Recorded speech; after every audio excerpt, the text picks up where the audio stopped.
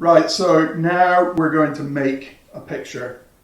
So we've thought through the relationships of tone, we've thought through the relationship of shape, and we've thought through the relationship of the edges of those shapes to the edges of the picture plane.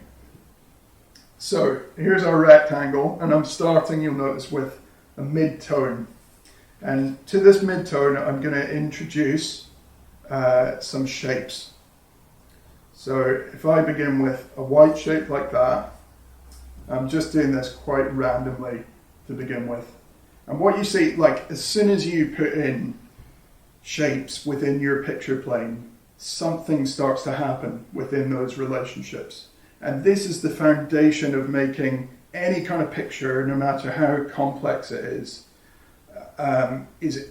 being able to observe relationships and then to respond to what they're saying to you.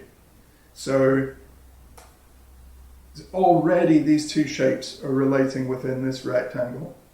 Okay, so I'll just introduce some more and we'll see where we go. And as I do this, as I place things down, just really think through, okay, how is that affecting? Because you're gonna do this yourself at home. How are the introduction of these shapes to the picture plane affecting what happens with our eye? So I put that down, and straight away I think that actually takes away something from what was happening there. It's like an intuitive response really to what's going on. As you put down shapes, okay, I want you to remember the relationship thing we were talking about. So as soon as I put down a bit of black now over that white, see what happens. So what becomes the loudest tonal relationship there? Straight away, our eye is drawn to this, isn't it? Because it's like bang, black and white together. They're fighting against each other, and we're drawn towards that because it's the loudest relationship in this picture plane. Okay. Similarly, okay, we're thinking about edge. Okay, we've got these curves, and that's really responding to these straight edges and that diagonal. So. Yeah, just as you go, okay, you just want to think about those things that are happening. So if I'm going to put another bit of black over this white, and we'll see again, so now our eye was over here, wasn't it, because of this loud relationship. But then we've introduced a black and white relationship over here as well, so that it's kind of balancing that out. Watch, I'll take that black away. Do you see? Your eye goes here. I bring that black back, and then your eye is kind of balanced by that shape, okay? Continue to introduce more, okay? That's a different kind of edge there, torn edge of this bit of paper. So I think I put that down and it's taking something away because we're balancing over here, but then this is almost making it too obtuse or too overbalanced, okay? So it's quite nice within a picture to have a kind of a sense of tension, of movement from one area to another, and then almost a feeling of like an unfinished thing happening up here. So that can be quite good. Okay, that's our picture, and then I'm going to show you some other ones that I've done earlier, okay? And just to give you different ideas here of how different, I suppose, you can make pictures just through a simple series of arrangements of shapes. I'll do this just to highlight one at a time. Let's do this. Okay, this is that one. Okay, so this, I mean, it's a lot more complex than what we're building over there. Just to make a few observations about this, okay? We have, let's think horizontals and verticals straight away. So remember, you've got your picture plane, and the edges of shapes are responding to those edges of the picture plane, okay? So you have here a strong vertical, here a strong horizontal. So they're holding this little arrangement of shapes within the picture plane. They anchor it. That's strong, okay? And then with that you have diagonals. So the diagonals, what they do is they cause a sense of imbalance or movement within that picture plane. They don't respond directly to these edges. So they're kind of tipping off that, okay? Also what these diagonals are doing is introducing like a sense of space, aren't they, within that picture plane? Because they're bringing us into this area here. If you're talking about a focal point here, I'd say the focal point is around here, because these shapes are leading our eye across to this area. You've got curves, all speaking to each other. So there's a lot of things going on in a picture like that. There's another one down here, I'll show you, because it's quite different compared to this in terms of the horizontals and verticals. So here, there's a lot of angles, okay? So there's lots of these slanty angles not relating perfectly to the edges of the picture plane. So they're creating a kind of a sense of movement across. And actually as we move, so again, like focal point, these are moving us through down to here where we have the sense, okay, the sense here of vertical. You see this vertical here?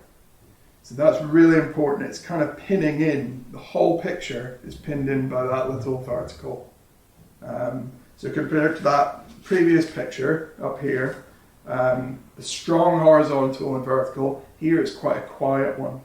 Okay, but it's pinning in everything else. Looking at this top picture, so this is a lot more simple, isn't it? In terms of horizontals and verticals, very horizontal, very horizontal there, sorry, and vertical here, okay? And what's interesting, I mean, just as a little aside here, is the sense of figuration here. Isn't it interesting? As soon as you introduce like verticals and like block-like, stick-like shapes, we read them as people, don't we? And that horizontal here, we read it as an horizon. So I showed this picture to my son, and he said, "Oh yeah, they're people, because that's the shape of somebody's arm or something there." And I said, "But they're not. They're just shapes." But it's interesting just how our mind works in relation to viewing pictures, even when they're very abstract. Another thing I'd say about this little one here is just in terms of the tone, relationship of tone. So there's lots of mid-tone and black, okay, there's almost an even amount of mid-tone and black and the relationships going on there, and only one stroke of white. So where is your eye led to in this picture? Immediately we're led to up here, where the black and the white meet. You see that extreme relationship only happens in that one moment in the picture. So we're led up here straight away. And it's funny, one of my pet kind of pains in teaching is when people don't get rid of the white surface in a picture very quickly, because white is so loud. It fills a picture and overpowers a picture very quickly. But if you just use it in a moment like this, it works very, very powerfully in an important way. Okay, so there you can see I had a really good time making these, by the way. Like, it's not something I'd normally do in the studio, but I think just to bring your mind back to something simple like this and thinking about just these simple relationships within the picture plane. But also I was trying to make pictures that felt very different. So there's some more like portrait and landscape pictures there. But you can see actually the ones I made last, I think I made these ones last, I think were better pictures. And that's just because I've made 4 of them there, I'm getting here, I'm kind of learning actually as I go. And that's what you're going to do as well. Okay, so finally it's over to you, and your turn to make these little pictures in the same way I have. I would challenge you to make like 3 or 4 maybe of these, but spend a good bit of time on it. And as you're laying down your shapes, I mean, it goes without saying you'll need a black, a white, and a mid-tone to make your picture. Okay, so I've got that paper there. If you don't have the paper, you can mix up some paint and mix a black, a white, and a tone in between those two. Just stick to those 3 tones though. And I've made these what, that's A6.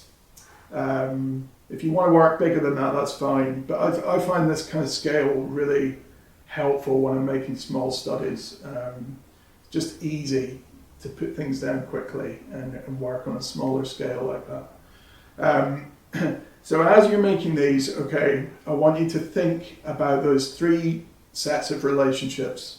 The relationship of tone and how that's working within the picture. The relationship of shape, so remember like the round shapes to the straight edge shapes, big shapes, small shapes. And then think about the edges of your shapes as well and how they're relating to the edges of the picture plane, the edges of the rectangle that you're working with. All those are really important. And think also about how your eye is working within that picture that you're making. So where are you leading the eye? Where is a kind of a focal point? And is that where you want it to be? Do you want to move your focal point around? So use this exercise as a way of experiencing how these things affect a picture. Okay, very simply. And I'd be really, really interested to see what you do as well. So do post your results on social media and tag me, and I'd love to see what you have, what you've made, and I can repost those as well. Okay, thank you.